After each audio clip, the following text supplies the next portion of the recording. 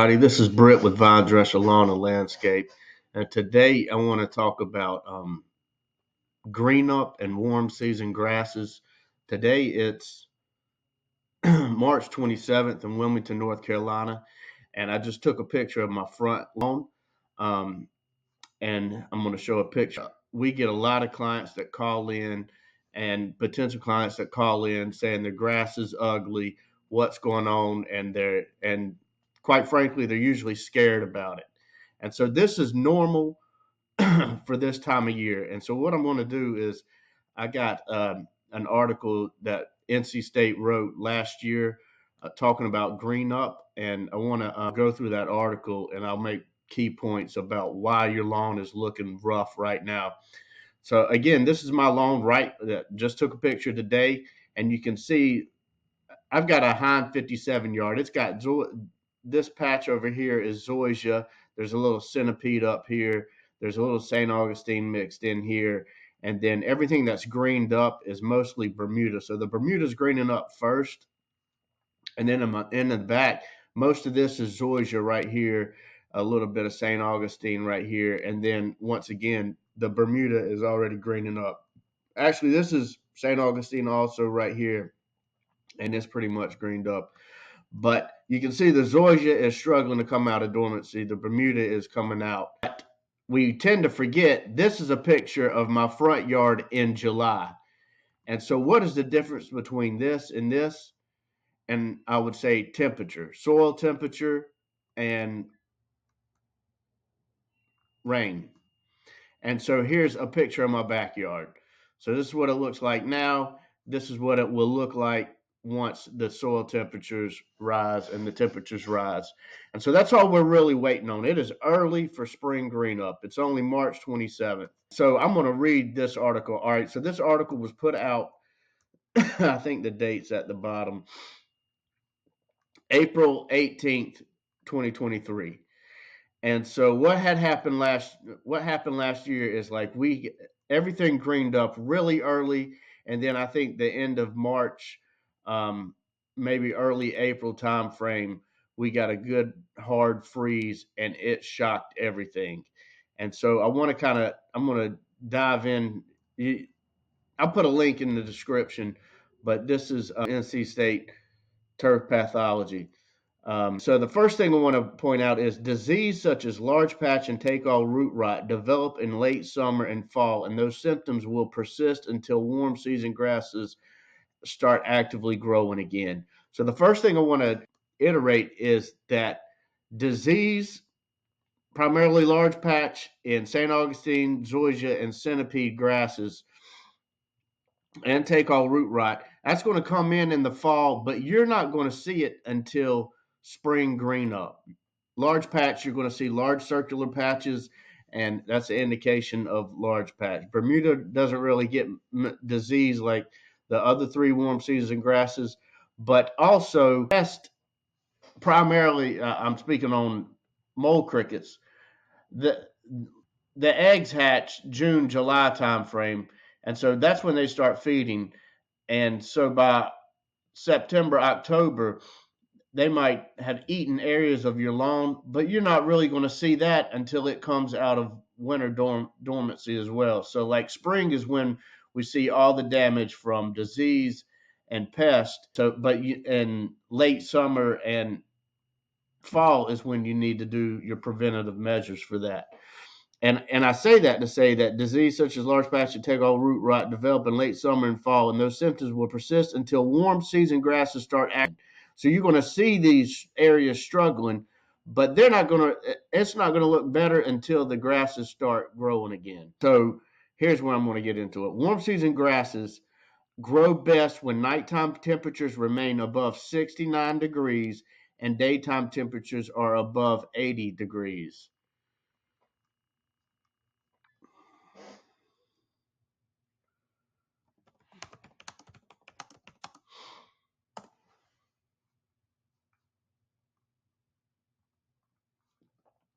So nighttime temperatures remain above 69 degrees and daytime temperatures are above 80 degrees. Weather near me,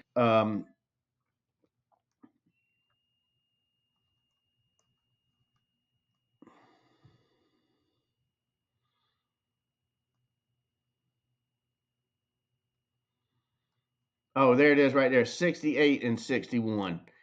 And we're looking for 80 and 70 degrees. So when the daytime temperature is 80, nighttime temperature is 70, when both of them equal 150, that's when the grass grows best.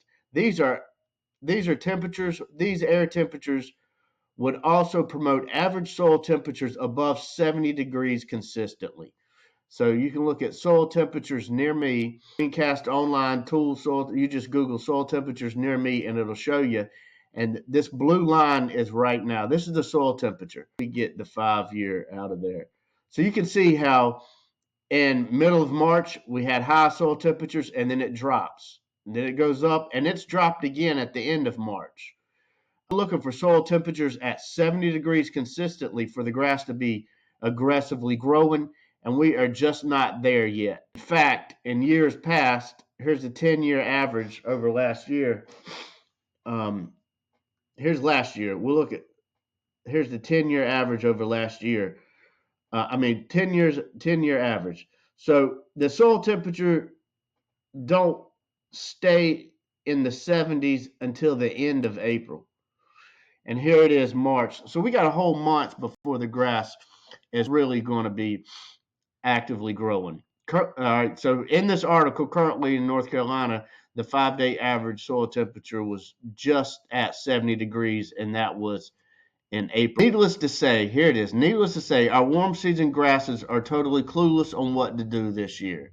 And so I would dare say that this is the soil temperature right now, and it's March. They're in the same boat. Your warm season grass doesn't know what to do, and it's probably looking like this. But when those temperatures hit 70 degrees, soil temperature hits 70 degrees, it's going to look like this. So we just need to give it time. Needless to say, our warm season grasses are totally clueless on what to do this year. All right, so a recent study examining the establishment of prism zoysia grass demonstrated that establishment was most rapid when soil temperatures were 89 degrees. A little closer look at the study revealed that 92% of the coverage was achieved 44 days after planting. And then they say, understandably, this is a little different than green up in a yard, but it illustrates a good point: patience. Warm season grasses will green up and start to fill in areas that struggled from late last summer and fall. However, it's going to take a little help from Mother Nature. So until the temperatures get up to 70, soil temperatures get up to 70 degrees consistently, you're just going to have areas in your lawn that struggle. And until we get there, you really don't need to make a decision on if you need to side bare patches or not. So we need help from Mother Nature, and we need to just have some patience for spring green up. Also in this article, look at this. Do not expect any turfgrass species to shine in areas with heavy shade, high traffic, poor drainage. When a turfgrass species is shade tolerant, does not mean it's shade proof. And so there's an area of everybody who lives in Wilmington, especially if you're in a new development, you've seen this. The in between two houses, you're just not going to get a good stand of grass there because of shade and traffic. Turfgrass diseases develop in localized areas and form stand symptoms of patches, rings, circulars, or even irregular areas. These can be large, but extremely rare for a disease to make an entire lawn look terrible. So if your whole lawn looks terrible, it's probably due to soil temperatures and not due to disease. Mother Nature, however, can make our lawns look terrible, and a lot of what we're seeing in the turfgrass diagnostic lab is Mother Nature disease. All right, here's the key. Be patient, my friends. These grasses will wake up from their winter slumbers, and your blue face will disappear with your lush green lawns. So, like, what I'm trying to get at is be patient. When the soil temperatures reach 70 degrees consistently, when we start getting some serious thunderstorms coming in, your grass is going to go from this to this. And we just need to take time. Look at the soil temperatures right now. They're not there. Until they get to 70 degrees and 10-year average, that's not until the end of April are we really going to get consistent growth.